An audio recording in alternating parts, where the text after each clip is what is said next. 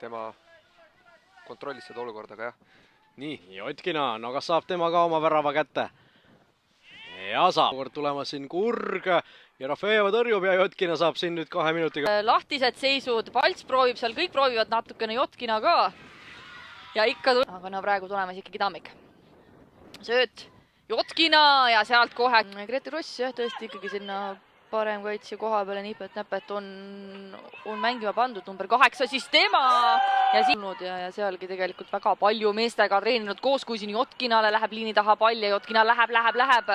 Jotkina läheb nüüd seal kummuli ja nüüd on Flora tulemas oma 9. lööma. Pihlak otsib söötu Jotkinale, Jotkina lööb.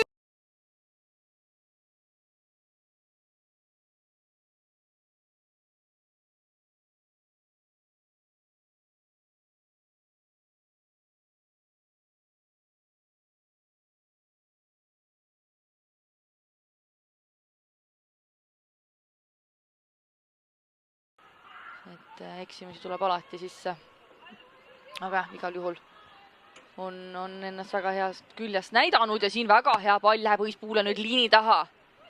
Õispuu läheb mängivaid või välismänge. Et siin Eestis on hea, vähemalt üks mäng tuleb meile Soccernet TV kaudu koju kätte, kui siin Jotkina on lähedal ja siit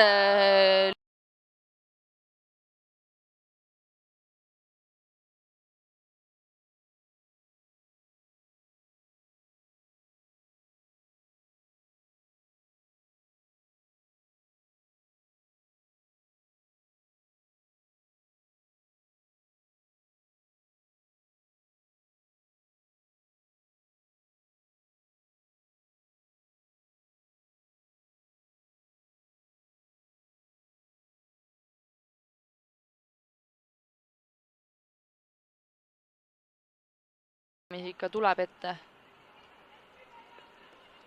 Aga no Jotkina, jälle Jotkina. Ei otsi sinna liini taha, nüüd otsib söötu Kurele, kes on ka päris Elisabeth Vedakut. Et tema siis ka üks vanematest mängijatest, aga jah, ülejäänud seal päris palju ka sellist kuuteid. Rosan tõusab. Üsna pea 47 täis saamas. Jotkina, kes otsib veel söötu liini taha, läheb praegu ise, läheb ikka veel ise. Ja läheb tõsta liini taha nüüd Tammikule. Jotkinalt sellist meistriklassi. Siit nüüd uuesti. Taut keerab hästi maha, aga siis ei suuda söötu läbi panna.